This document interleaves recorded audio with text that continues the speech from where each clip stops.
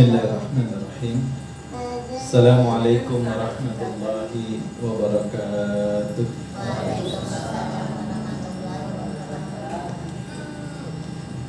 Alhamdulillahi rabbil alamin. Alhamdulillahilladzi hadana li hadza wa ma kunna linahtadiya laula an hadana Allah. Thumma alhamdulillahilladzi alafa baina qulubina fasbahna bi ni'matihi ikhwana. Asyhadu an la ilaha illallah wa asyhadu anna Muhammadan abduhu wa rasuluhu la nabiyya ba'dah. Allahumma salli wa sallim wa barik ala habibina wa syafi'ina wa qiyadatuna wa qudwatuna wa muallimuna Rasulullah Muhammad sallallahu alaihi wasallam wa ala alihi wa sahbihi wa man tabi'ahum bi ihsan ila yaumiddin, amma ba'd. Allahumma inna nas'aluka ilman nafi'an wa rizqan tayyiban wa amalan mutaqabbalan. Allahumma inna na'udzu bika min ilmi la yanfa' wa min qalbin la yakhsha wa min nafsin la tasba wa min du'a ila ismi. Bapak Ibu hadirin sekalian yang kami hormati, Abang Ayu, yang semoga kita semua mendapatkan limpahan kasih sayang dari Allah Subhanahu wa taala. Alhamdulillah malam ini Allah beri kita petunjuknya, hidayahnya dan juga taufiknya sehingga kita bisa hadir bersama di dalam majelis ilmu kita. Semoga Allah menjadikan waktu-waktu yang akan kita jalani bersama sampai selesai sebagai pemberat timbangan amal soleh kita di akhirat kelak. Amin ya rabbal alamin. Pekan lalu kita sampai pada ayat kedua surat Al-Mulk. Di pekan lalu kita membahas tentang ajaran Nabi SAW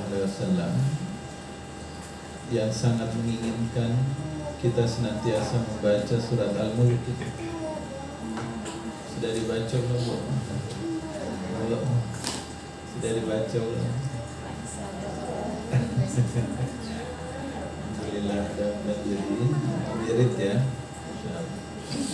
Ada satu, sebelum kita lanjutkan pada pembahasan selanjutnya, ada satu poin di ayat 2 yang ingin kita perjelas pada malam hari ini agar apa? Agar lebih utuh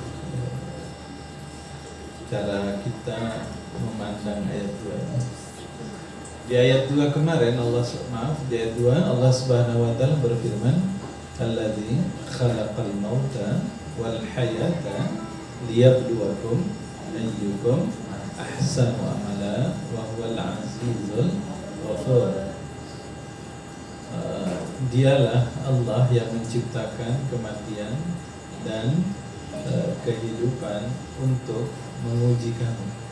Liyabluwakum ayyukum, siapakah di antara kamu yang ahsanu amala, yang paling baik amalnya. Wal azizul ghafur, dan dia Allah yang maha perkasa lagi maha pengampun. Jadi di ayat ini yang pekan lalu belum dalam kita bahas adalah terkait liyabluwakum.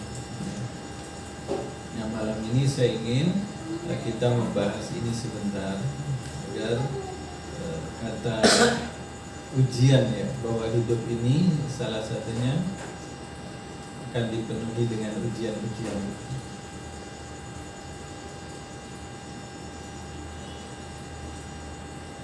Di dalam surat Al-Baqarah ayat yang ke 155 Allah menjelaskan kembali ayat itu ya. Jadi kalau di Al-Mulk itu Allah katakan alladzi khalaqal mauta wal hayata liyabluwakum. Allah ciptakan kematian dan kehidupan itu adalah ujian. Nah, di surat Al-Baqarah ayat 155 Allah menjelaskan bahwa ujian itu ternyata memang sesuatu yang tidak bisa dihindari dalam kehidupan kita. Kita dalam hidup ini tidak bisa menghindari ujian itu, karena dia sudah menjadi bagian dari perjalanan hidup kita. Jadi kalau kita lihat ayatnya dalam surat Al-Baqarah itu, walanabluwannakum, Allah, walanabluwannakum bisyai'in minal khawfi wal ju'i wa naqsi minal amwali wal anfusi was samarat. Ada 5 jenis ujian yang Allah sebutkan di dalam ayat ini ya.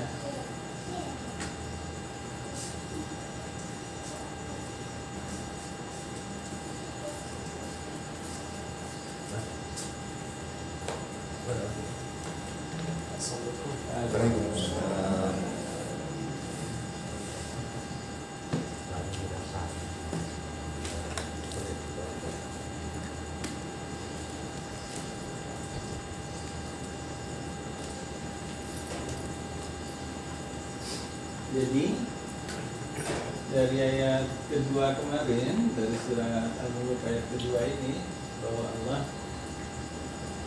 menjadikan kehidupan ini sebagai cara untuk menyeleksi kita, siapa yang pantas masuk surga, siapa yang tidak, siapa yang benar imannya, siapa yang tidak.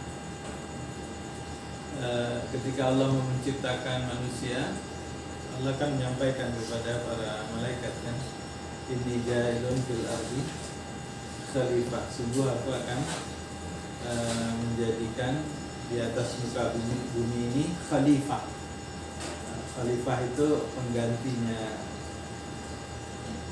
ya, khalifah penggantinya orang yang melaksanakan tugas-tugas kepemimpinan di atas muka bumi ini. Jadi sejak awal memang tugas kita itu adalah memimpin, memakmurkan bumi ini. Tapi kemudian Allah ingatkan juga nanti dalam surat yang lain, wa ma khalaqtul jinna wal insa illa liya'budun, tidaklah aku ciptakan jin dan manusia kita ini illa liya'budun, kecuali untuk beribadah kepada Allah Subhanahu wa taala, ya. Nah, dari ayat ini, dari surat Al-Mulk ayat 2 ini, nanti kalau kita lihat dalam surat Al-Baqarah ayat 155, ayatnya menarik karena di ayat ini Allah pakai kata walayabluwannakum.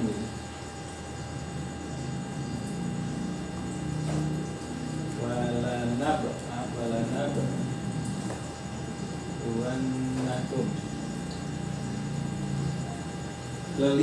Kalau lihat ayat ini, sekalian, ya, ini kata dasarnya ini bala nih ya, walanabluwannakum ya, bala. Lalu ada tambahan huruf lam dan huruf nun, lam dan nun.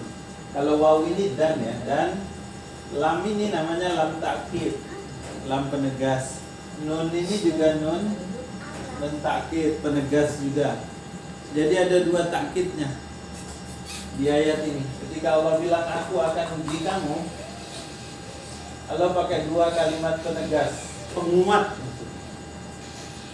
Artinya kalau ini lam ini sungguh, karena dia penguat. Kalau ini artinya pasti, kurang lebih begitu. Jadi soal Allah itu bilang ini, dan sungguh pasti aku akan uji kamu, aku akan beri kamu ujian di dalam kehidupan ini. Ya, jadi tidak hanya kalau di ayat ini yang kemarin liyabluwakum, untuk menguji kamu. Kalau di ayat ini Allah bilang dalam surat Al-Baqarah 155, walanabluwannakum, dan sungguh pasti aku akan uji kamu. Macam mana itu maksudnya? sungguh pasti, 2 kali pula Allah bilang.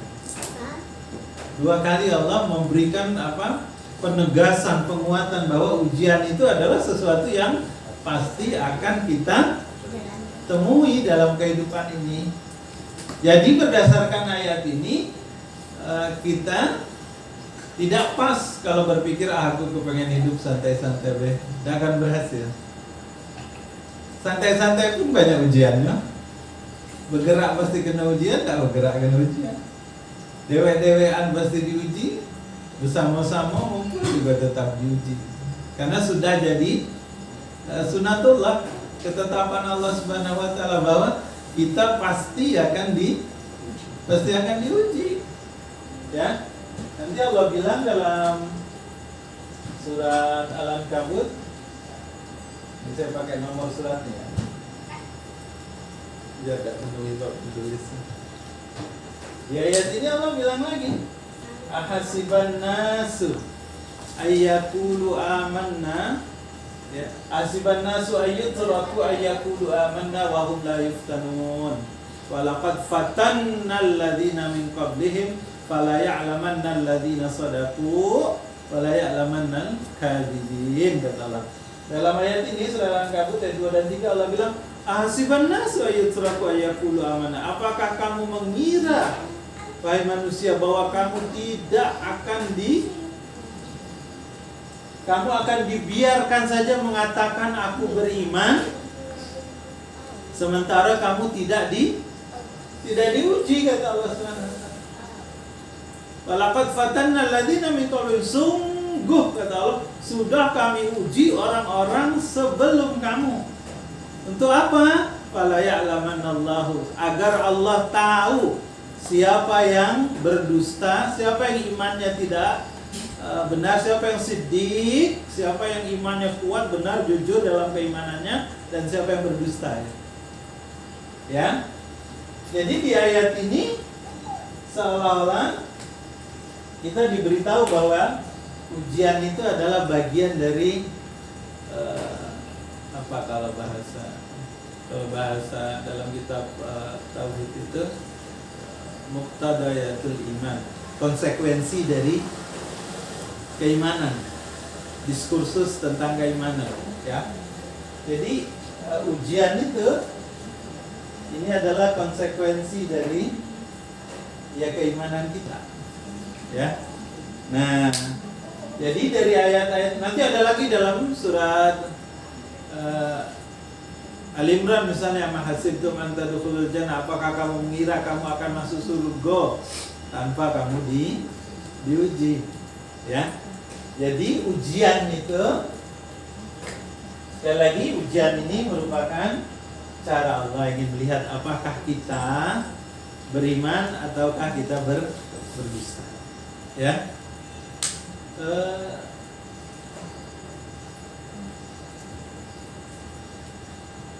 Ini pengantarnya ya, yang pertama ya.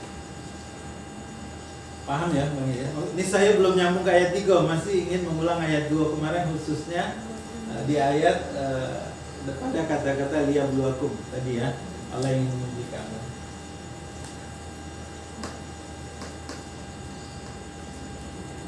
Di ayat ini menarik, dikatakan Allah pasti, sungguh pasti akan menguji kita. Tapi ujian kita itu, kata Allah di ayat ini nih, dipakai kata bisyai'in.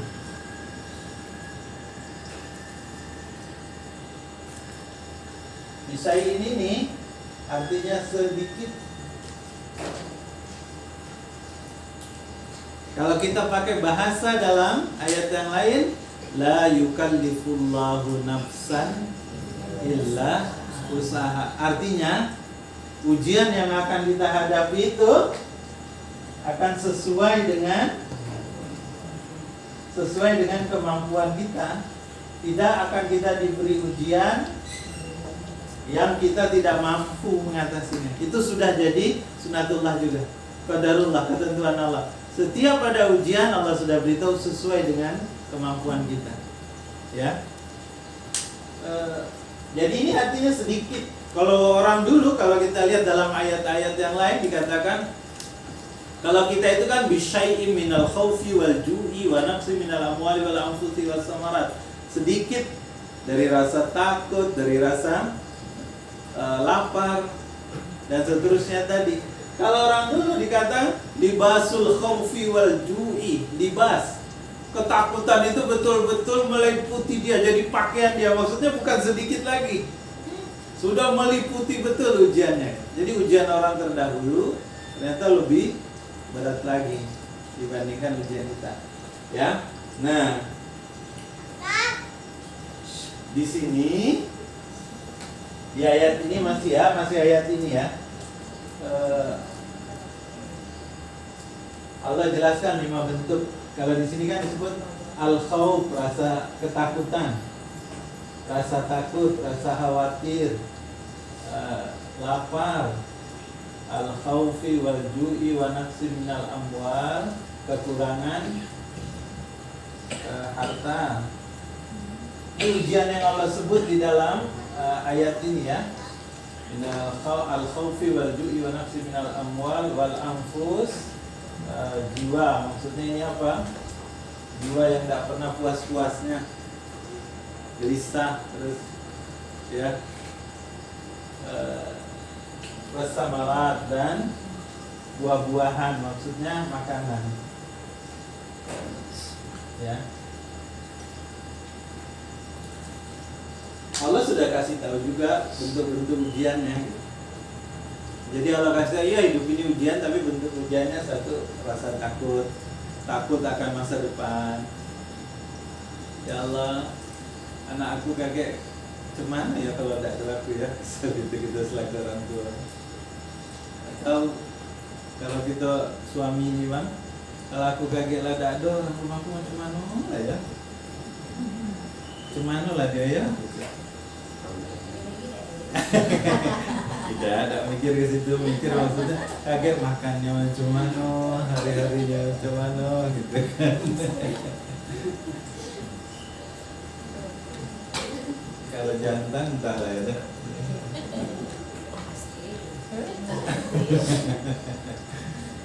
Ya sama, kita khawatir, takut, aduh kalau aku meninggal lagi siapa lah yang harus saya panggil lagi gitu. Ya, jadi ini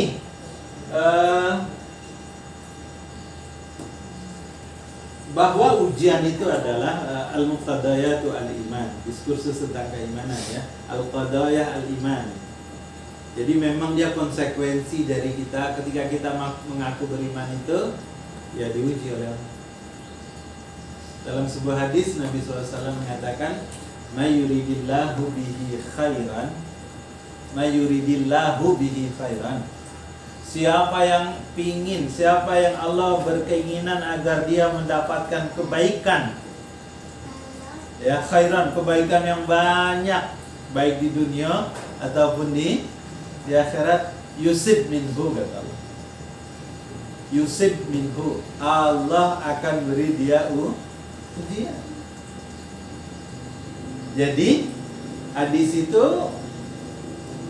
menyuruh kita, mengajarkan kita untuk apa?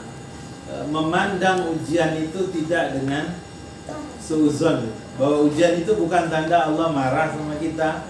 Ujian itu bukan karena Allah ingin mengazab, menghukum kita. Bukan.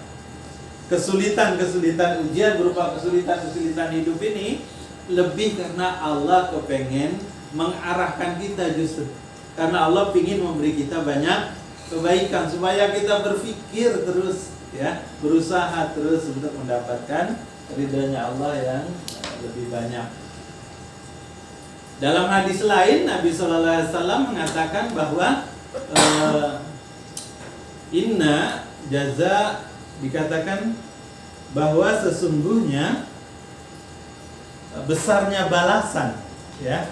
Dalam hadis ini dikatakan inna idzamal jaza, sesungguhnya besarnya pahala, besarnya balasan, ma'a idzamal bala, dia berbanding lurus dengan besarnya ujian. Ya, inna idzamal jaza, ya, balasan dari agung besarnya balasan dari seorang hamba, pahala seorang hamba itu berbanding lurus dengan besarnya ujian. Artinya apa? Semakin besar ujian, semakin besar juga iya pentingnya. Semakin besar pahalanya kalau kita sikapi dengan baik. Nah, Nabi melanjutkan hadis ini dikatakan wa innallaha idza habbal qaum, dan sungguhnya Allah ketika Allah ahabbal kaum, mencintai suatu kaum, mencintai suatu keluarga, suatu kumpulan orang-orang, maka di sini dikatakan ibtalahum, maka Allah kasih dia. Ya. Tapi yang menarik kata Nabi, faman radiya, siapa yang ridho, siapa yang ridho, dia terima ujian itu, maka dikatakan oleh Nabi falahur ridho, maka Allah ridho, bagi dia keridhaan Allah Subhanahu wa taala. Jadi kalau ada masalah, ada ujian, ada musibah menimpa kita, lalu kita lihat saya ridho ya Allah, saya terima ya Allah, maka pada saat yang sama Allah langsung ridho sama kita. Kalau Allah sudah ridho sama kita, Masya Allah, seluruh makhluk di langit Insya Allah juga akan ridho kepada kita, dan penduduk langit itu akan bilang kepada penduduk bumi, karena Allah ridho maka ridhoilah juga dia. Ya. Tapi sebaliknya, ya sebaliknya kata Nabi SAW, wa man sakhita, siapa yang ketika dia dapat ujian sakhita, dia malah marah, dia malah ngedumel, kalau masuk itu apa? Menggerutu, marah, gerutu. Ketika seseorang mensakhita, dia dapat musibah, dia sakhita, falahus sakhat, maka Allah juga marah. Ya, jadi Masya Allah, ibu sekalian yang dirahmati Allah. Jadi pandanglah sekali lagi, ujian itu justru ujian, masalah, cobaan di dalam kehidupan kita ini, dia adalah tadi salah satu cara untuk mendapatkan ridhonya Allah Subhanahu wa ta'ala. Nah sekarang bagaimana caranya? Apakah Allah cuma kasih ujian saja kepada kita ya dalam hidup ini? Nah yang menarik di dalam Al-Quran, Allah tidak hanya kasih ujian, tapi juga Allah kasih tahu cara menghadapi ujian. Bagaimana merubah ujian ya yang kita hadapi itu, yang kita terima itu menjadi pujian untuk kita dari Allah Subhanahu wa taala. Ya. Nah, ini yang akan kita bahas sedikit ya malam ini ya. Yang pertama, jadi ada dua ayat hampir sama bunyinya. Yang pertama dalam surat Al-Baqarah ayat 45, kata Allah Subhanahu wa taala,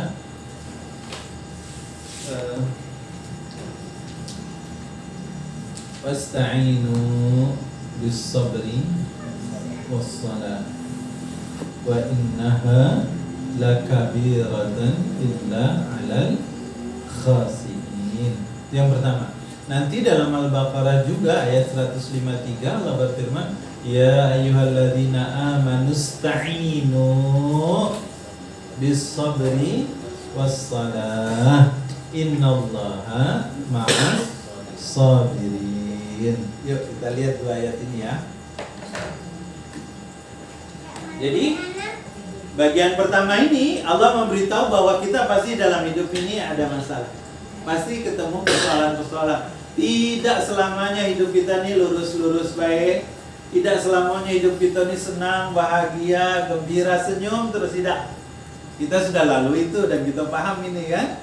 Kadang ketawanya sebentar, nangisnya lama. Kadang senangnya sebentar, susahnya panjangnya gitu kan. Ya begitulah hidup. Ada yang menarik, Allah sudah kasih tahu bagaimana cara menghadapi ujian ini.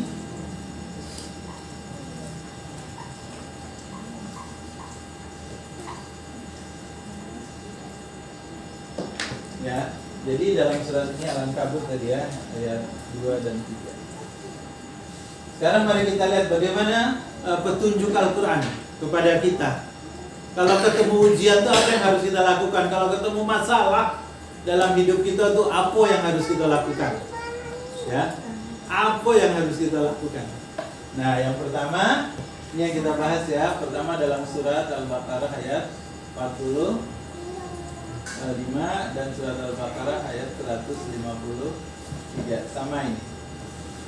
Wasta'inu bis-sabri was-salah. Wa innaha, kalau ayat ini wa innaha lakabiratun illa 'alal khashin. Dan yang begitu tuh berat kecuali buat orang-orang yang khusyuk. Kalau di ayat ini ya ayyuhalladzina amanu ista'inu bis-sabri was-salah innallaha ma'as sabirin. Ya, berimbang dua ayat ini. Ujungnya masing-masing menguatkan. Kalau akhir ayat ini menguatkan tentang sholat agar khusyuk. Kalau ayat ini menegaskan tentang pentingnya sabar. Allah cinta betul pada orang yang sabar. Ya. Jadi dari dua ayat ini coba tengok. Solusinya adalah satu sabar, yang kedua sholat. Sekarang pertanyaan, macam mana caranya dengan sabar dan sholat dia bisa menjadi tadi jalan keluar atas setiap masalah kita? Apa iyo gitu? Rasanya tidak lah. Kami banyak tanggungan dengan sabar dan sholat tak juga datang, misal gitu ya. Sen itu tak juga kemudian dibawa. Nah, sekarang mari kita lihat. Ada kisah yang menarik Bapak Ibu sekalian, ya. Kisah Nabi Musa. Ini Allah abadikan dalam surat Toha. Ya, di ayat 24, 25, 26, 27 ya. Ketika Allah Subhanahu wa taala memerintahkan Nabi Musa, "Idhhab ila Fir'aun innahu tagha," kata Allah. Berkata Allah, "Idhhab ila Fir'aun," pergilah kamu wahai Nabi Musa. Ini perintah Allah nih ya. Datanglah kepada Fir'aun. Innahu tagha, karena dia sesungguhnya sudah keterlaluan sekali. Ya. Jadi di ayat itu Allah bilang, Allah kasih perintah kepada Nabi Musa untuk berdakwah kepada Fir'aun. Yang menarik apa di ayat itu? Nabi Musa dewek. Fir'aun itu bapak angkatnya.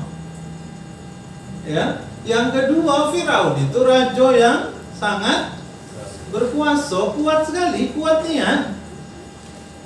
Militernya kuat, ekonominya hebat gitu ya. Arsiteknya juga dahsyat-dahsyat para teknokratnya.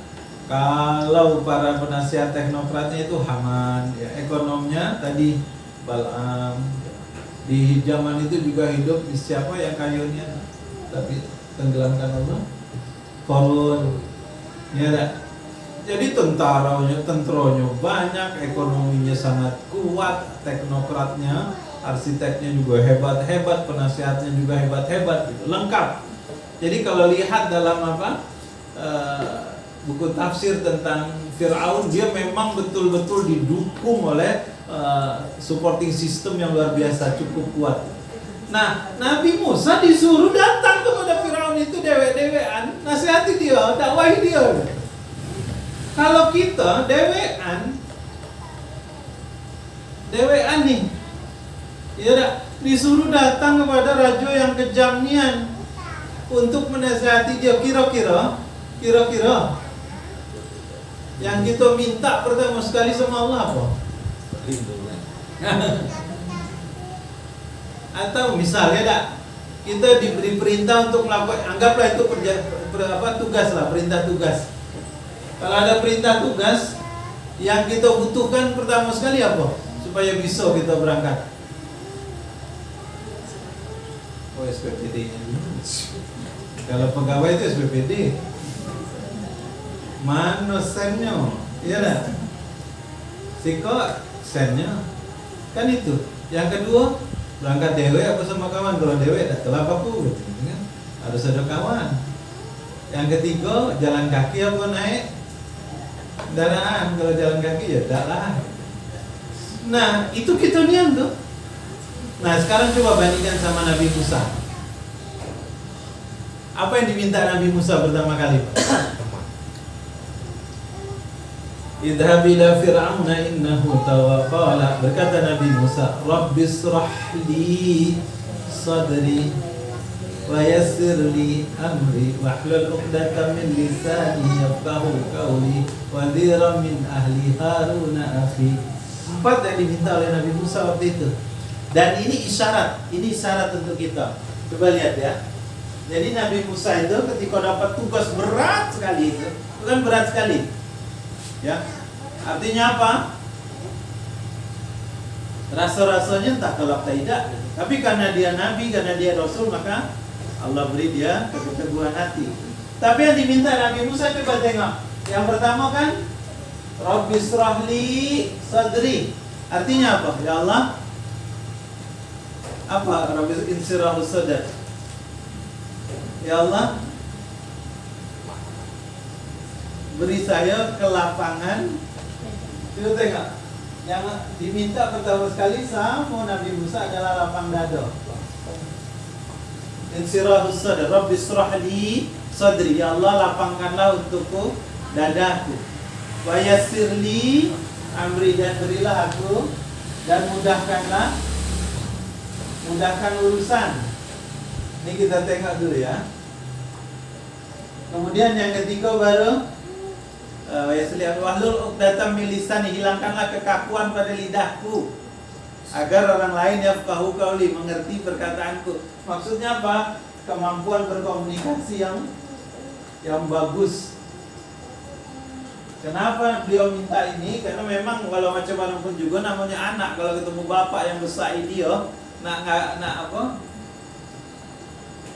Menunjuk tahu atau memperbaiki itu pasti lidah kita keluh. Karena walau macam mana juga dia yang besar aku, dia yang ngasih aku banyak kebutuhan gitu kan. Kemampuan komunikasi yang baik. Baru yang keempat, Nabi Musa minta kawan, minta sumber daya, SDM lah.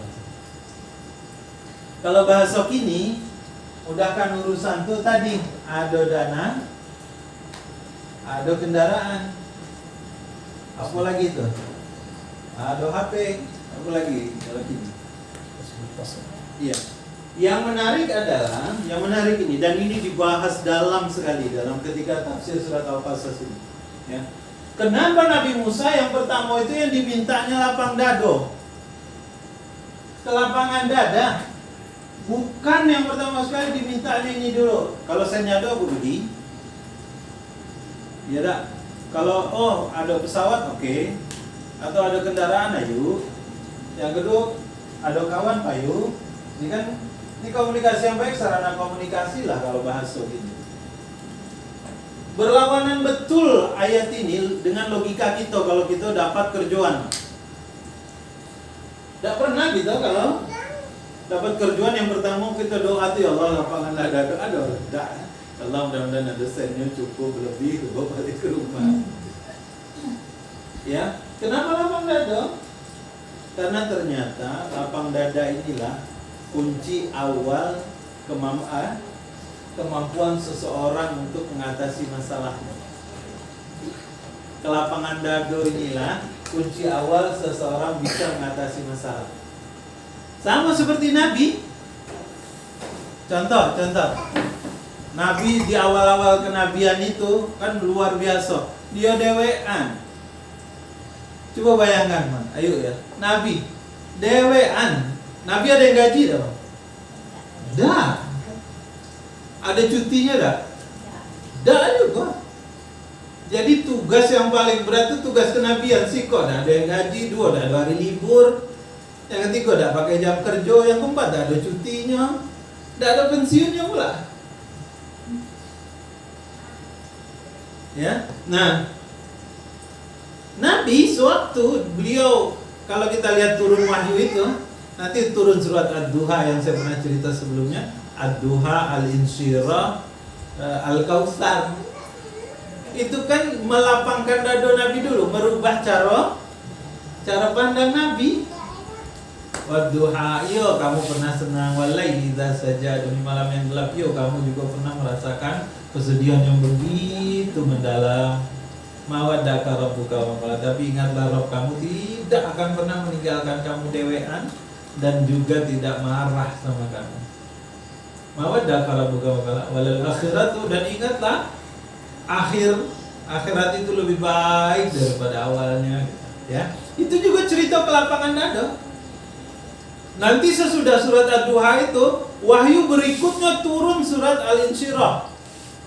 Alam nashrah laka sadrak. Bukankah kami sudah lapangkan untukmu dadamu? Ya. Jadi kunci kalau kita tengok itu dalam Al-Quran, kunci menghadapi masalah itu adalah yang pertama sekali adalah kondisi jiwa kita. Ya, sudur. Ya, kondisi jiwa kita. Alam nasrah laka sadrak.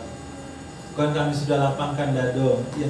Maka ini yang diminta oleh Nabi Musa, kelapangan dado. Jadi kenapa sudur? Kenapa yang diminta lapang dado? Jadi dado ini seperti wadah, sudur ini seperti wadah. Kalau kita jatuhi, kalau wadahnya kecil, ini contoh gini dah. Ini anggap nih wadah, kita jatuhi, masukkan pena nih ke dalam wadah nih, sebentar be langsung kena ya, ke dasarnya, langsung penuh, mentok dia langsung. Tapi kalau wadahnya besar dalam sekali, dia akan perlu waktu yang lama sekali baru sampai ke dasarnya, baru kena dia. Begitu juga kalau kita lapang dado, kalau ada masalah, dado kita sempit, langsung penuh ini dado. Ya, tapi kalau hati kita lapang, ada masalah, lama, tenang kita. Lapang dado itu kan artinya dadonya selapangan. Kalau ada batu kecil tidak nampak lah, tidak pengaruh gitu. Tapi kalau dadonya sempit, ada batu kecil, langsung gusar, gelisah, risau. Nah itu maksud lapang dado ternyata. Jadi kunci menghadapi ujian dalam kehidupan ini adalah insyirahus sadar, kelapangan dada. Nah sekarang macam mana cara dapat kelapangan dada? Inilah kemudian sebabnya kenapa Allah turunkan dua ayat ini. Ya, mari kita bahas sekarang.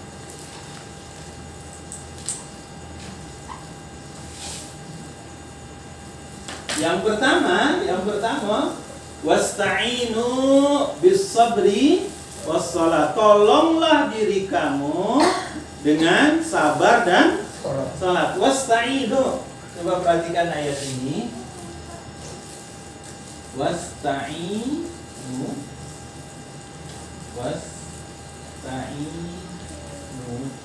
Ya. Ini sama seperti iyyaka na'budu wa iyyaka nasta'in. Kata dasarnya sama. Apa kata dasarnya? Aun. Kalau dalam bahasa Arab ini kata dasar wasta'in ini aun. Ya. Artinya apa? Pertolongan. Jadi kalau kita dengar kata ma'unah, artinya itu orang yang mendapatkan pertolongan. Taufik, hidayah, inayah, tidak apalagi itu ma'unah itu. Nah, ma'unah kata dasar ini aun, ya. Jadi wasta'inu. Ketika dia ditambah sin, tambah ta, ada hamzah juga di sini. Maka seperti yang kita bilang waktu cerita istiqomah itu, ya, ada permintaan dari kita, ada keinginan yang kuat agar kita dapat pertolongan, ada usaha juga, ya. Wasta'inu, tolonglah diri kamu. Jadi ini jadi kalimatnya jadi amr ini, istilah amr ya. Tolonglah diri kamu bis sholat, dengan sholat, sama bis sabri was salat. Jadi kuncinya yang pertama supaya kita dalam hidup ini bisa menghadapi ujian, ya. Jadi Allah tidak cerita bagaimana teknis menghadapi masalah itu, tidak. Karena masalah itu sangat beragam dalam kehidupan ini. Lain orang, lain pula masalahnya. Lain orang, lain pula slownya kadang-kadang dalam ketemu masalah itu. Ya, maka yang Allah kasih tunjuk itu adalah bagaimana kondisi awal kita untuk menghadapi masalah supaya kita betul-betul siap. bisa menghadapi masalah itu dengan baik. Maka dua hal kata Allah Subhanahu wa taala. Ini Allah yang bilang ya. Dan petunjuk Allah itu pasti betul. Satu sabar, dua sabar. Apa itu sabar? Sabar artinya menahan. Ya. Kalau di dalam, misalnya di dalam hadis ya, maaf, di dalam penjelasan tafsir, sebentar. Di sini dikatakan sabar itu adalah habsun nafsi amma tunaza'u ilaih. Sabar itu arti secara bahasanya menahan. Tetapi kalau secara istilah habsun nafsi, ya, menahan diri amma tunaza'u ilaih, atas apa yang menimpanya. Ya, maksudnya apa? Tidak langsung bereaksi kalau ada sebuah peristiwa itu ya. Kalau ada apa-apa tidak langsung marah-marah. Kadang-kadang apa yang terjadi itu tidak menggambarkan ya keadaan yang sebenarnya.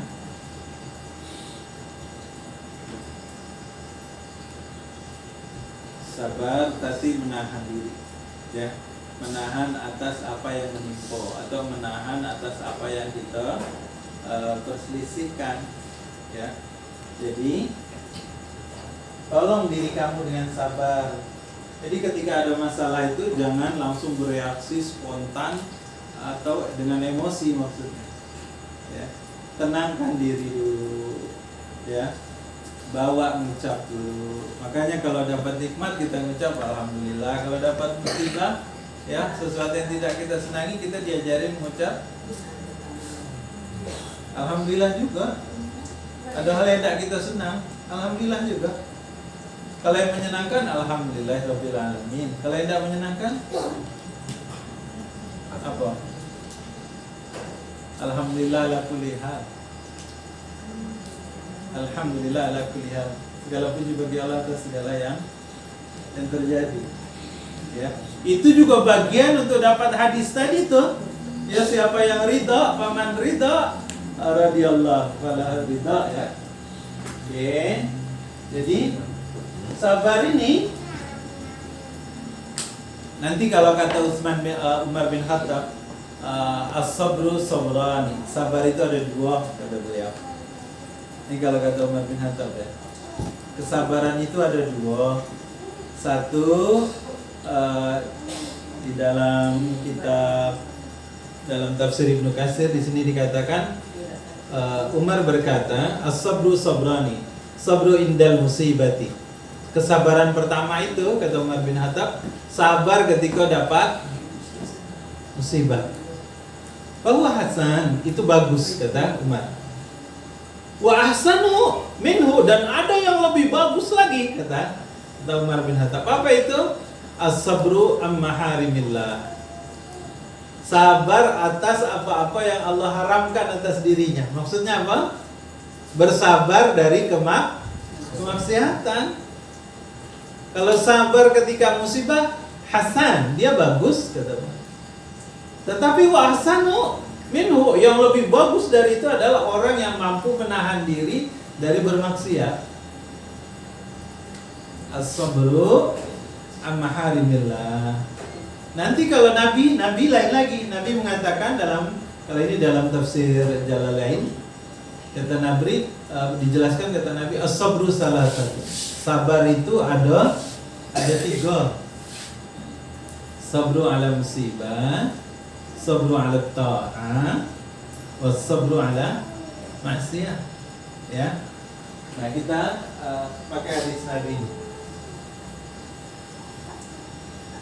Kita selama ini kalau menyebut sabar itu cuma kalau dapat musibah. Yang lain-lain tidak kita pakai. Sabar hanya konotasinya kalau ada musibah. Sementara kata Nabi, sabarlah satu dalam tadi ya, ketika dapat musibah. Yang kedua, sabar dalam melaksanakan ketaatan. Yang ketiga, sabar ketika menghadapi maksiat. Maksiat ini maksudnya apa? Tadi hal-hal yang dilarang oleh Allah.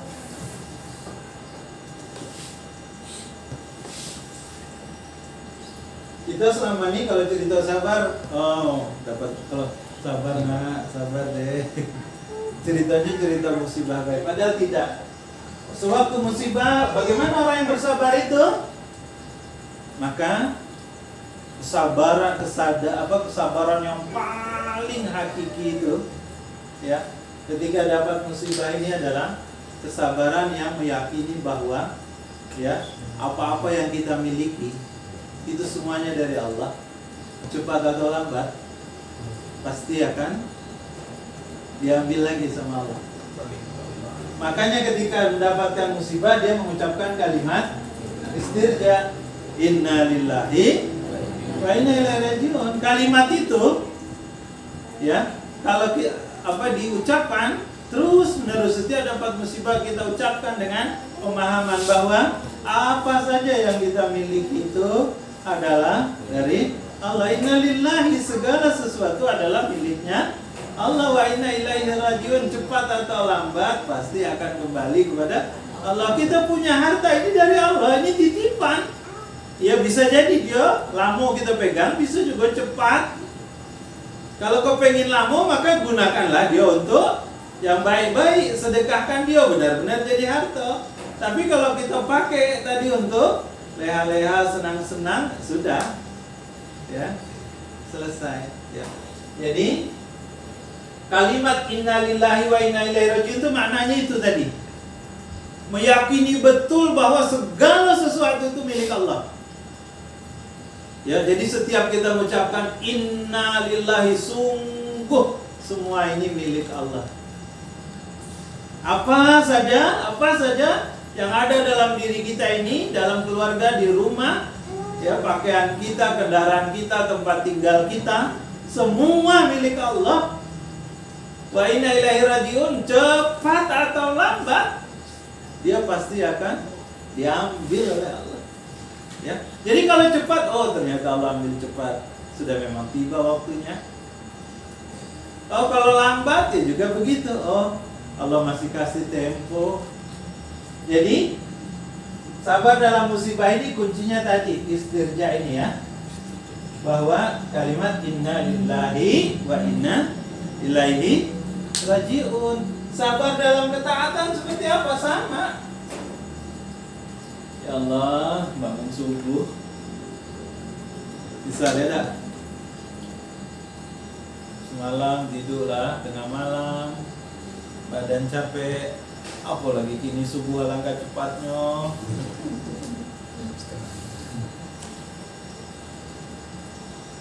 Anak saya kan yang lagi kuliah itu, dia di Jakarta, lebih maju lagi di sana jamnya.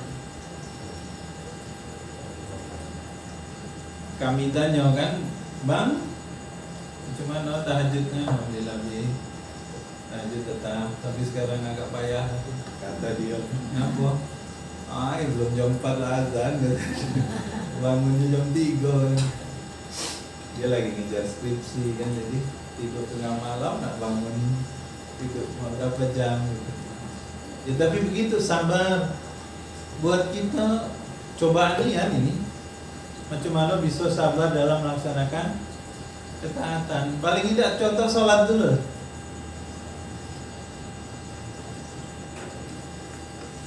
Sholat yang paling berat itu 2 dah. Sholat apa? Isya dan subuh. Isya beratnya, apalagi kalau sudah maghrib perut lah, tak kenyang, ya, kopi sudah, bersandar sudah, selanjur sudah. Datang pula azannya lah, gelu, sudahnya. Terlelap, tahu-tahu lah azan subuh. Subuh juga begitu, karena sedang enak-enaknya tidur. Ini juga kita harus menahan diri. Tadi menahan diri dari rasa mengantuk, menahan diri dari rasa Dia capek, malas. Nabi bilang siapa yang sholat isya berjamaah sama seperti dia sholat setengah malam. Siapa yang sholat subuh berjamaah sama seperti dia sholat setengah malam. Jadi siapa yang sholat subuh isya berjamaah dan subuh berjamaah, maka dia sama seperti orang yang sholat sepanjang malam. Coba bayang. Alangkah ruginya kita ya dak. Jadi kadang terasa kalau misal lagi aduh bae halangan tadi jalan tak apa tertinggal kita sholat isya jamaah itu ya Allah, lewat pahala fadilah setengah malam gitu kan. Atau subuh ya Allah alangkah beratnya pas terbangun orang lakomat misalkan ya tertinggal. Allah ya. Jadi sabar dalam melaksanakan ketaatan juga begitu. Wabil khusus sholat lah dulu untuk kita ya dah. Macam mana pastikan nian kalau kita yang laki-laki ini kan jantan sholat kita tuh sholat, ukuran sholat kita ini berjamaah. Maksud berjamaah berarti di masjid. Kalau ibu-ibu yang utama sholatnya di awal waktu di rumah. Tidak ada keharusan untuk ke masjid. Tapi kalau pengen ke masjid bagus. Ya dah, dapat pahala berjalannya, dapat pahala silaturahminya, ya dah, badan sehat, ya, banyak manfaat. Ya. Contoh sabar dalam melaksanakan sholat, ketaatan ini Allah, sabar, capek tetap sholat, baca Quran. Nah, kata Nabi ya, untuk ukuran zaman sahabat lah ya, orang yang paling bahasa hadis, orang yang paling jauh dari Quran itu, standar paling rendah dari berinteraksi dengan Al-Quran itu adalah khatam 1 bulan sekali. Iya, khatam 1 bulan sekali. One day, one juz kalau bahasa sekarang tuh. 1 hari, 1 juz. Odot, one day, one juz. Itu standar zaman orang dulu. Jadi sahabat tuh datang Rasulullah, boleh enggak kami hatam 1 hari? Kata Nabi, enggak boleh. Kalau kami hatam 3 hari, Nabi juga tidak rekomendasikan. Nabi seminggu, 6 hari, seminggu lah. Kalau nak beri banyak baca Quran. Kalau seminggu 6 hari hatam berarti sehari berapa juz? Dia berapa juz? 5 juz. Itu bisa sehari 5 juz. Cukup lah, besok saya ajari langsung kerja bisa langsung. Siapi be mangga.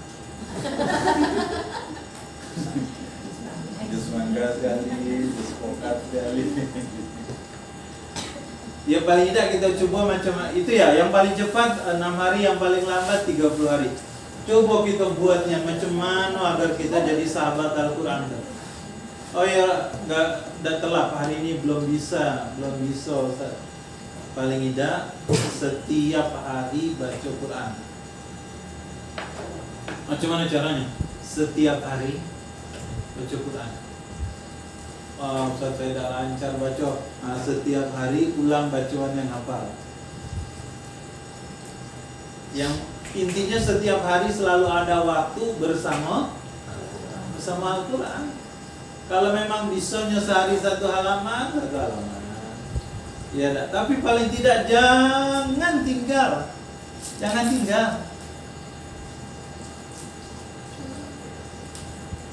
Saya tanya suka ya sehari baca Quran apa ya? Mulai. Kalau kemarin kita cerita Al-Muluk ya dak, menjelang tidur. Tak bisa kita tengoknya, kita tengok HP, hidupkan bacaan Al-Muluk, awak nyimak. Ya dak. Lebih cepat lagi, tak keluar air mata. Ya. Taat, sabar dalam ketaatan tadi, sabar dalam baca Quran. Iqra'ul Quran, baca Quran, kata Nabi, innahu ya'ti yaumal qiyamati, sungguh kaki hari kiamat Al-Quran itu akan datang syafi'an, memberi syafaat kepada Bisahibihi, kepada sahabatnya. Siapa sahabatnya? Orang yang dekat sama Quran. Kita sekarang di Eropa, Amerika, Eropa, luar biasa sekarang geliat orang-orang untuk berislam itu luar biasa. Kalau awak kan jalan bawa Quran rasa, kagak aku dibilang alim dulu. Awak pula yang merasa malu kan? Memang masih terbalik dunia nih. Kalau bawa gitar ya tidak malu, bisa gitu kan. Ini yang kedua ya, sabar dalam ketaatan. Lebih khusus dua poin ini dulu lah paling tidak. Satu, pastikan kalau kita yang lelaki sholat berjamaah. Yang perempuan sholat di awal terdengar azan langsung, ya Allah kekasihku manggil. Cobalah, kalau memang kita cinta Allah, dengar azan ibarat kita dipanggil orang yang kita sayangi. Kalau memang betul kita juga cinta sama dia, pasti berlari gitu. Ya, tapi kalau orang yang mencintai kita manggil kita udah datang, anggota lah kita kata awak cinta itu kan. Ingat setiap azan itu, itu panggilan dari zat yang sangat sayang sama kita, zat yang sangat cinta dengan kita, zat yang banyak beri kita kebaikan. Ya, maka setiap datang panggilan azan, panggilan sholat itu segeralah stop, kaget dulu yang lain-lain. Yang kedua, baca Quran nih.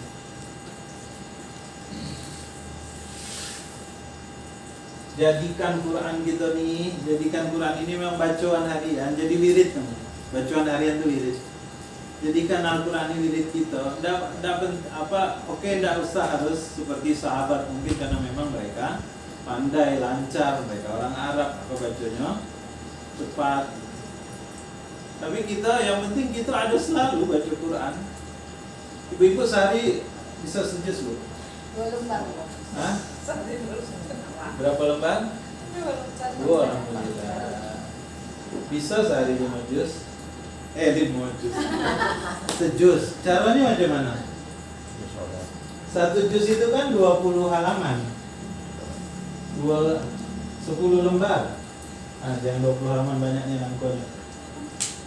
Saya ganti. 1 juz itu kan 10 lembar. Ya dah. Sholat 5 kali. Kalau setiap sholat kita baca 2 lembar, maka sehari itu selesai 1 juz. Ya beda. Selembar. Sehalaman kira-kira berapa lama bacanya? Bang? Mulai besok coba duduk.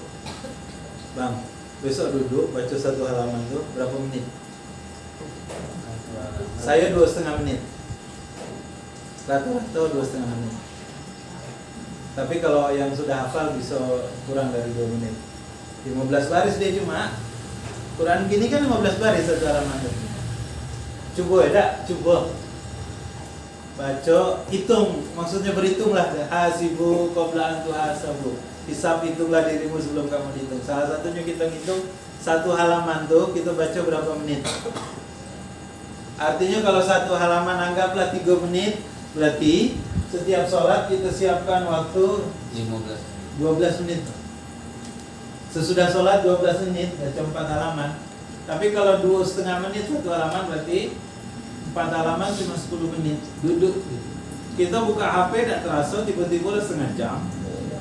Main game tidak terasa, tiba-tiba lah sore hari senja, ya. Nonton sinetron misal tidak terasa, apalagi film dia. Ini dah main lagi dia, ya. Kalau dulu Sekarang Korea drakor lah berubah, ya. drama Korea. Coba nih ya. Saya ingin berazam sehari setiap ba'da sholat. Ini kalau baginya 5 waktu sehari bacanya. Berarti setiap satu, ini yang diajarkan dalam Mandewan Juz itu. Bagaimana supaya kita bisa 1 juz sehari. Berarti setiap sholat 2 lembar sudah. Tidak ada lama. Tapi kalau ditumpuk sekali duduk nak 20 halaman, yo mata berai tinggal pegal, kaki kesemutan. Iyalah orang rumah manggil-manggil, kawan lah ngajak main, ya dah. HP lah tangtung-tangtung WA bunyi. Iyalah lama. Tapi kalau dibagi waktunya insya Allah bisa. Ya.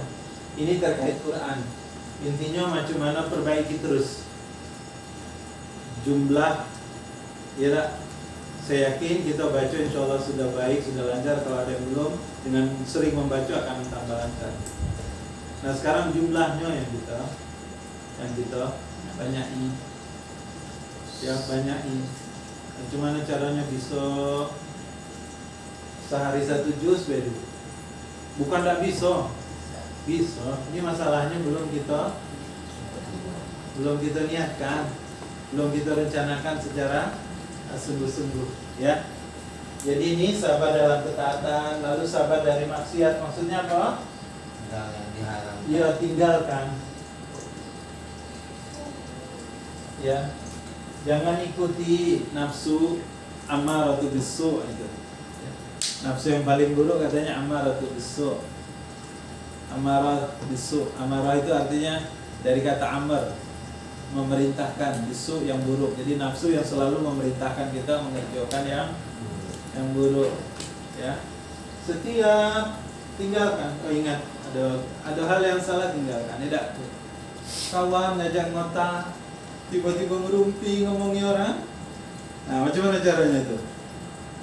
Itu kan apa? Bab paling menyenangkan ngota kan? Tidak, riba kalau bahasa Quran. Macam mana kita tinggalkan riba tuh? Setiap kawan nak ngomong orang, stop. Harus ada wasit di antara kita tuh. Siapa yang jadi wasit pahalanya paling besar ya.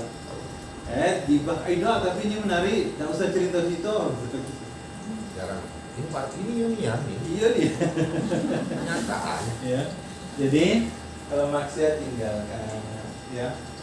Sabar. Dan ternyata banyak akhlak mulia itu lahirnya dari sabar. Karena sabar itu menahan, maka kita akan terlatih nanti. Ketika ada hal yang tidak menyenangkan dalam diri kita tidak akan langsung terduduk, misalnya. Kita tidak akan langsung marah, kita tidak akan langsung teriak, kita tidak akan langsung meluapkan perasaan kita. Tidak. Kenapa? Karena kita sudah terlatih untuk menahan. Maka itu sebabnya anak-anak kita tuh kalau dari kecil kita latih untuk puasa. Kenapa? Latih ini sebetulnya sabar. Dalam kitab, nama kitabnya Madarijus Salikin, nama ulama yang menulisnya Ibnu Qudamah. Kata beliau, sabar itu adalah induk emak. Sabar itu adalah induk dari banyak akhlak mulia. Jadi siapa yang sabar dan dia bisa menahan diri, ya, maka dia akan punya banyak akhlak mulia.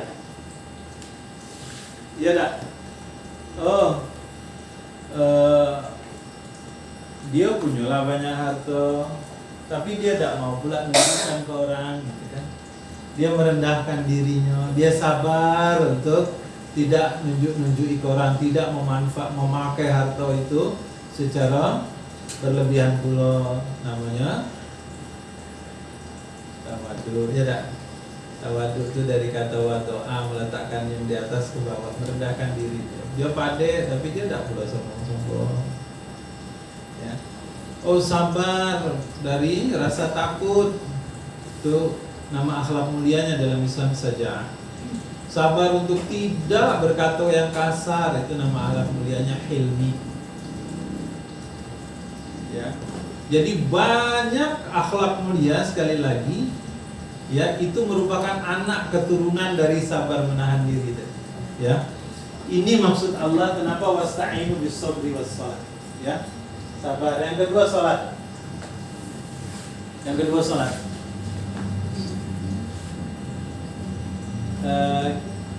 Salat, inna salatan tanha anil fahsya'i wal munkar. Salat itu mencegah kita dari perbuatan keji dan munkar. Waktu kita bahas surat Al-Fatihah sebelum ini kan nampak kalau kita salat, kita dengan ilmu, ya, dengan pemahaman, akan pengaruh sekali salat itu. kita baca Al-Fatihah sudah rasanya hati ini berdegup ya. Berdegup-degup, air mata rasa nak jatuh karena perasaan itu kan berganti-ganti baik, rasa cinta, rasa harap, rasa takut gitu ya. 3 perasaan itu berputar-putar selama awak sholat kalau kita paham bacaan itu ya. Maka dia akan mampu menghantarkan kita ke dalam kebaikan. Balik ke sabar ini. Allah bilang dalam Al-Quran dalam surat Az-Zumar misalnya, innama yuwaffas sabiruna ajrahum bighairi hisab. Kata Allah, orang yang sabar ini balasannya itu ajruhum bighairi hisab. Saya Az-Zumar ayat berapa itu?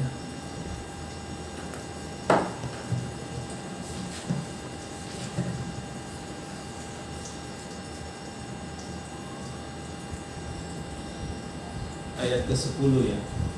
Misal ini dalam surat Az-Zumar surat ke-39 Az-Zumar ayat 10, innama yuwaffas sabirun ajruhum bighairi hisab. Sungguh Allah akan cukupkan balasan bagi orang-orang yang bersabar itu bighairi hisab. Tak hitung-hitung. Maksudnya orang yang sabar itu pahalanya tak terhitung. Maksud tak terhitung itu apa? Kalau dalam hadis, dalam penjelasan ulama tuh, kalau ada timbangan, jadi ada 3 amal yang ketika dia ditimbang maka timbangannya itu tumpah ruah. Apa tumpah ruah? Luber, tak muat-muat. Ya, ada 3 amal yang kalau itu dikerjakan oleh seorang muslim maka balasan timbangan amal solehnya itu tumpah ruah, luber terus. Nah, yang pertama adalah sabar. Ya, berdasarkan ayat ini, nama yuwaffas sabirun ajruhum bighairi hisab. Orang yang sabar itu balasan pahalanya dak terhitung-hitung, dak terhingga. Maksudnya apa? Saking banyaknya tuh dak bisa dihitung lagi. Ya. Ini yang pertama. Yang kedua kayak kata Allah, orang yang sabar itu Allah kasih 3 fasilitas. Ini Allah sebut dalam surat Al-Baqarah ayat 157. Yang sambungan ini, idza asabatu musibah 156 beda. Idza asabatu musibatun qalu inna lillahi wa inna ilaihi raji'un. Ayat 157-nya, ulaika alaihim salawatu min rabbihim. Ya, ulaika alaihim salawatu min rabbihim wa rahmah wa ulaika humul muhtadun. Ini 3 fasilitas. Ini kata Allah ya. Kalau awak sabar, kata Allah Subhanahu wa taala, Allah kasih 3 fasilitas untuk orang yang bersabar. Nih. Yang pertama, ulaika alaihim salawatum mir rabbihim. Orang yang sabar itu dia selalu dapat salawat, disalawati. Siapa yang menyalawati? Mir rabbihim. Siapa mir rabbihim? Allah. Dapat salawat dari Allah. Ini bukan kata saya ya. Ini ayatnya. Tadi innalillahi wa inna ilaihi raji'un. Gitu kan ya? Idza asabatu musibatun qalu inna lillahi wa inna ilaihi raji'un. Lalu apa? Ulaika alaihim salawatu min rabbihim. Untuk orang yang bersabar itu maka dia mendapatkan salawat. Salawat dari siapa? Dari Allah. Salawat itu dari kata sallu, doa. Ya. Maksudnya apa? Orang yang bersabar maka dia akan dapat ampunan Allah, maghfirahnya Allah, dapat kasih sayang dari Allah Subhanahu wa taala, dapat keberkahan, kebaikan yang tidak berhenti-berhenti dari Allah Subhanahu wa taala. Ini ayatnya, nih. Salawat, Allah yang bersalawat. Sewaktu turun ayat innallaha malaikatahu yusholluna 'alan nabi itu, ya, sungguhnya Allah malaikat, innallaha malaikatahu yusholluna 'alan nabi, bersolawat kepada Nabi. Abu Bakar cemburu nian. Abu Bakar sampai ngadu kepada Rasulullah, ya Rasulullah, biasanya sebuah ayat itu kalau turun berisi kebaikan tidak hanya untuk engkau tapi juga menyertakan kami sahabat-sahabatmu, kata Abu Bakar. Tapi kenapa di ayat ini cuma engkau bayar, kamu bayar Rasulullah, engkau saja ya Rasulullah. Bunyinya kan innallaha wa malaikatahu yusholluna 'alan nabi. Ya ayyuhalladzina amanu shollu 'alaihi wa sallimu taslima. Hai orang yang beriman, bersolawat untuk Nabi. Abu Bakar cemburunya ngapa? Allah bersolawat, malaikat bersolawat, manusia sahabat-sahabatnya juga bersolawat. Terus kami kok tidak dapat ya Rasulullah gitu. Singkat cerita, turunlah kemudian surat Al-Ahzab ayat 41, 42, 43, 44 yang menceritakan tentang manusia juga, kalian juga bisa dapat salawat dari Allah. Ya ayyuhalladzina amanu dzkurullaha dzikran katsira wasabbihu bukratan wa asila. Ayat 41-nya orang beriman banyak-banyaklah berzikir dengan zikir berzikirlah sebanyak-banyaknya. Wasabbihu dan bertasbihlah di waktu pagi dan sore petang. Nah, di ayat berikutnya ayat 43 itu Allah bilang bahwa Allah dan para malaikat berselawat untuk kamu. Jadi dikasih tahu juga, alhamdulillah karena Abu Bakar itu cemburu maka kita dapat juga itu. Ya. Nah, kalau kita bersabar di ayat ini, kalau kita bersabar juga Allah akan berselawat kepada kita. Jadi ketika nak marah tuh yuk, Bang, nak marah kita ingat, oh ya Allah saya harus tahan diri sabar supaya apa? Ketika awak nahan diri ini, Allah langsung. Ini janji Allah, ini Allah berselawat. Allah akan turunkan rahmatnya, Allah turunkan berkahnya, Allah turunkan ampunannya. Kata Allah, bukan kata saya. Okay? Ini fasilitas pertama kalau awak bersabar. Satu, ulaika alaihim salawatu min rabbihim. Yang kedua, warahmah. Allah kasih rahmat untuk orang yang bersabar itu. Apa rahmat? Kasih sayang Allah. Masya Allah. Ingat ya, ini kata Allah, bukan kata saya, bukan kata juga manusia, bukan kata Nabi, tapi ini kata Allah dan ini Al-Quran. Yang ketiga, fasilitas untuk orang yang bersabar di ayat ini disebutkan wa ulaika humul muhtadun, dan mereka diberi predikat sebagai al-muhtadun. Muhtadun itu artinya orang yang selalu mendapat petunjuk. Wa ulaika humul muhtadun. Kata humnya itu dalam tafsir menunjukkan bahwa petunjuk yang dia dapatkan itu diikuti dengan ilmu, dengan pemahaman yang lengkap. Ya. Jadi fasilitas ketiga untuk orang yang sabar, dia termasuk dalam golongan al-muhtadun. Orang yang mendapat petunjuk, mendapat hidayah kalau bahasa Arabnya ya. Ini tiga fasilitas kalau kita sabar.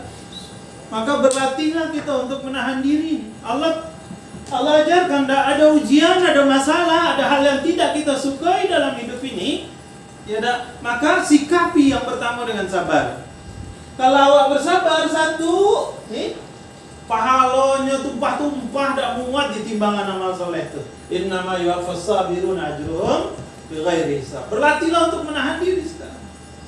Rasanya parahnya sama orang. Kalau dulu mudah-mudah langsung marah nih, langsung lah kecil aja.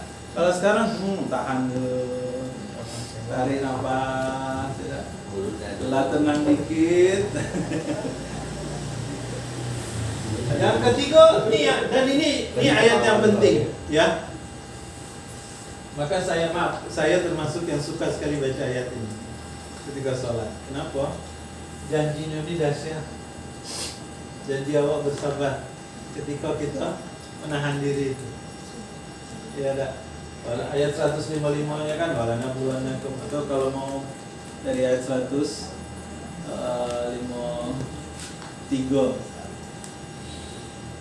Ya ayyuhalladzina amanu ista'inu bis-sabri was-salah innallaha ma'as-sabirin wala taqulu liman yuqtalu fi sabilillahi amwat bal ahya walakin la tash'urun. Ya, wala nabluwannakum 155 tuh. 156-nya tadi innalillahi wa inna ilaihi raji'un. 157-nya ini. Pendek-pendek ini, cuma berapa baris. Ya. Maka ayat-ayat yang begini kadang-kadang enak untuk dijadikan hafalan bacaan kita dalam salat, mengingatkan kita. Ayat ini kan dahsyat sekali. Mungkin kita sering lah dengar ayat ini lah. Tapi kita tidak belum paham, belum menangkap apa pesan dari ayat ini. Dahsyat kalau Allah bersabar itu Allah selawat kepada kita. Jadi pengertian salawat itu apa Pak? Dan katanya asal katanya solu. Salat itu juga katanya solu, doa. Asal katanya doa. Hanya kalau Allah berselawat kepada manusia, itu artinya Allah memberikan ampunan kepada manusia. Ya dah. Kalau kita berselawat kepada Nabi, kita meminta agar Allah muliakan Nabi, berikan ampunan, berikan kebaikan yang banyak. Kalau Allah sebaliknya tadi kepada kita sama, berikan ampunannya, berikan kebaikannya. Dan ini dahsyat, sederhana ternyata cara untuk supaya kita diperhatikan Allah. Ya, ya. Jadi kalau abang balik anak pagi jangan langsung marah.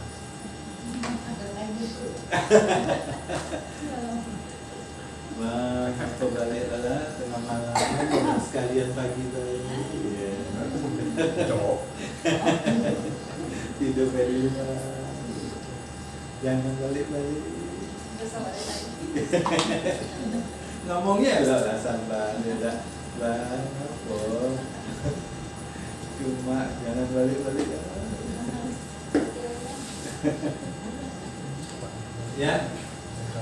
Ya, ya, yuk, kan? Kalau kita sabar, ingat nih fasilitas dari Allah ya.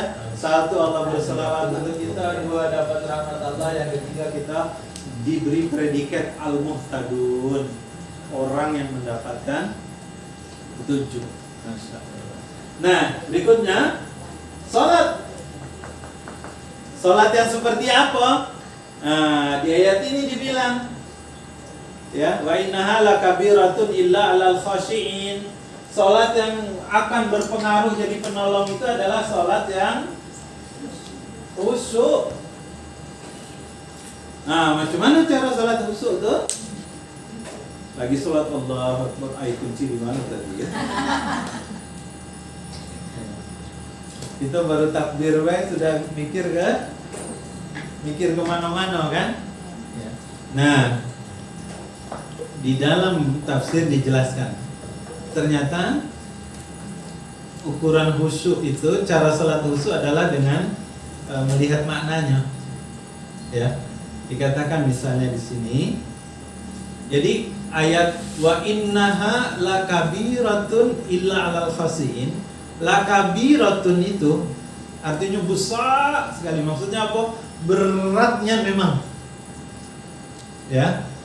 Menjadikan sholat sebagai penolong itu sungguh amat sangat sulit didapatkan gitu. Kalau lakabiratun itu amat berat untuk bisa mendapatkannya. Illa, kecuali alal khashiin, kecuali orang yang khusyuk. Karena banyak orang yang sholat tapi tidak pengaruh kan. Tetaplah ngatoi orang, ngomongi orang, ngambil yang bukan miliknya atau sebagainya gitu ya. Atau berbuat maksiat ketika tidak ada orang yang nengok gitu. Kenapa? Tadi karena sholatnya tidak diikuti dengan tidak khusyuk. Nah, di sini dikatakan apa itu khusyuk? Khusyuk itu dua katanya kuncinya. Satu, as-sukun, yang kedua at-tadallul. Khusyuk itu dua. Sukun itu sakinah, tenang. Maksudnya laksanakan sholat itu dalam keadaan ya tenang, jangan banyak bergerak. Ya, persiapkan segala sesuatunya agar nyaman itu. Satu sakana, sukun tenang. Yang kedua tadallul. Tadallul itu adalah merendahkan diri karena merasa hina. Maksud merasa hina itu apa? Merasa hina di hadapan Allah, ya. Kalau dalam tafsir Al-Qurtubi dikatakan khusyuk itu adalah sama as-sukun wa tawadu. Hay'ata fin nafsi yuzharu minha fil jawarihi sukuna wa tawadu. Keadaan dalam jiwa yang nampak pada anggota tubuh kita dalam bentuk apa? Tenang dan tawadu. Maksud tawadu apa? Sama, merendahkan diri. Nanti dalam tafsir yang lain dikatakan khusyuk itu adalah al-khauf wa ghadul basar. Khusyuk itu adalah al-khauf, menumbuhkan rasa takut kepada Allah, ya. Dalam sholat itu kita tumbuhkan rasa takut kepada siksa Allah atas dosa-dosa kita, ya, hadirkan bayangan neraka misalnya gitu. Dan ghadul basar fi shalah, menahan pandangan dalam sholat. Apa maksud menahan pandangan? Jangan nengok ke mana-mana, mata ni bukan menjam juga, tetapi di mata nengok ke tempat sujud. Mata nengok ke tempat sujud. Itu yang diajarkan oleh Al-Quran. Bahkan terakhir dalam surat Al-Mu'minun itu qad aflahal mu'minun. Pasti menang, pasti berhasil, pasti sukses. Qad aflahal, orang-orang yang beriman pasti sukses, pasti berhasil, pasti dapat dia banyak kenikmatan dari Allah Subhanahu wa taala. Apa syaratnya? Alladzina hum fi salatihim khashi'un. Ayat 2. Orang yang salatnya itu khusyuk, ya. Nah, jadi yang kedua yang harus kita perhatikan dalam salat ini, tadi babnya adalah bab khusyuk, ya. Macam mana? Satu tadi tenang, ya. Yang kedua tawadhu, merendahkan diri karena merasa hina. Yang ketiga mengarahkan pandangan, menundukkan pandangan. Ini yang dijelaskan dalam beberapa tafsir, ya. Kalau yang lain-lain, apalagi kalau kita baca, kita hafal bacaannya, insya Allah jadi tenang lagi, ya. Ya. Jadi oke, baik. Salat kita sabar tadi kurang lebih. Macam mana supaya kita bersabar? Ingat baik 2 ayat ini, ya. Abang ayo semua ya. Supaya kita sabar, ingat 2 ayat ini. Pertama surat Az-Zumar, innama yuwaffas sabiruna ajrahum bighairi hisab. Orang yang sabar maka pahala amal timbangan amal solehnya tumpah ruah. Alangkah ruginya kita kalau pas kita tahu nih aku sabar bela gitu, tapi kita tetap lampiaskan kemarahan kita, hilang pahala yang bejibun tuh kalau bahasa orang kita. Atau kalau kita bersabar, ingat ayat ini, salawat dari Allah, Allah kasih kita rahmat, Allah masukkan kita dalam kelompok al-muhtadun, orang yang dapat petunjuk. Dapat petunjuk kan doa kita, ihdinas siratal mustaqim, ya. Kan kita bahas juga doa minta kita kan ihdina. Kita minta diberi petunjuk kepada naluri kita, petunjuk pada panca indera kita, petunjuk pada akal kita, petunjuk pada hati kita, kan. Kalau kita sabar, Allah kasih petunjuk. Ini al-muhtadun, ya. Jadi apapun mau dalam ketaatan sabar, ingat ayat ini. Allah ngantuk nian, tapi kalau aku udah melawan ngantuk ni rugi, aku kehilangan tadi ini pahala yang besar, ya. Oh mau maksiat tinggalkan, ingat ini, ya. Insyaallah mudah-mudahan bisa kita jadi orang yang sabar. Kalau khusyuk ini tadi kata Allah memang berat, ya, salat ini berat, tapi kalau orang yang khusyuk akan dia dapat. Dan yang terakhir, maaf, ini juga ayat ini, ya, innallaha ma'as-sabirin. Sesungguhnya Allah bersama orang-orang yang, artinya kalau kita sabar maka Allah bersama kita. Innallaha ma'as-sabirin. Tambah sifat lagi, ya. Surat Al-Baqarah ayat 155. Allah bersama. Wallahu a'lam bishawab. Bapak Ibu sekalian yang dirahmati Allah, Bang Ayub. Ini maaf saya belum nyambung ke ayat berikutnya. Dalam ini hanya tadi, ya, ketika kita memahami bahwa Allah menciptakan kita, ayat 2 tadi, ya, surat Al-Mulk, alladzi khalaqal mauta wal hayata liyabluwakum ayyukum ahsanu amala. Itu kematian dan kehidupan ini Allah yang menciptakan karena Allah ingin menguji kita, Allah ingin lihat siapa yang paling baik amalnya. Nah, ujian itu ingat, jadi jangan dihindari. Kalau ketemu masalah itu jangan digerutui. Ya, ridho saja. Ada masalah, ada ujian, ada cobaan, baik kekurangan harta, rasa lapar, apalagi tadi itu yang 5 tuh, ya, ya, rasa takut, jiwa yang tidak tenang atau makanan yang kita takut juga anak kita ke depan makannya macam mana gitu. Kalau pegawai negeri enak dapat pensiunnya, dapat beras tiap bulan, kami kok enggak. Jangan, itu merusak akidah. Sama kami. Ya, ada baik cara Allah itu ya. Setiap kita ada rezekinya insyaallah. Baik, demikian, mudah-mudahan ada manfaatnya. Jadi dua kunci. Setiap mendengar kata bala gitu, maka ingat juga dua kata ini. Sabar dan salat. Sabar dan salat. Mudah-mudahan kita dapat kebaikan yang besar. Baik, demikian aku qouli hadza wa astaghfirullah li wa lakum. Mohon maaf kalau ngantuknya mungkin ya, beratnya cuacanya mendukung ya. Subhanakallahumma wa bihamdika asyhadu an la ilaha illa anta astaghfiruka wa atubu ilaik. Aku qouli hadza wa astaghfirullah li wa lakum. Assalamualaikum warahmatullahi wabarakatuh.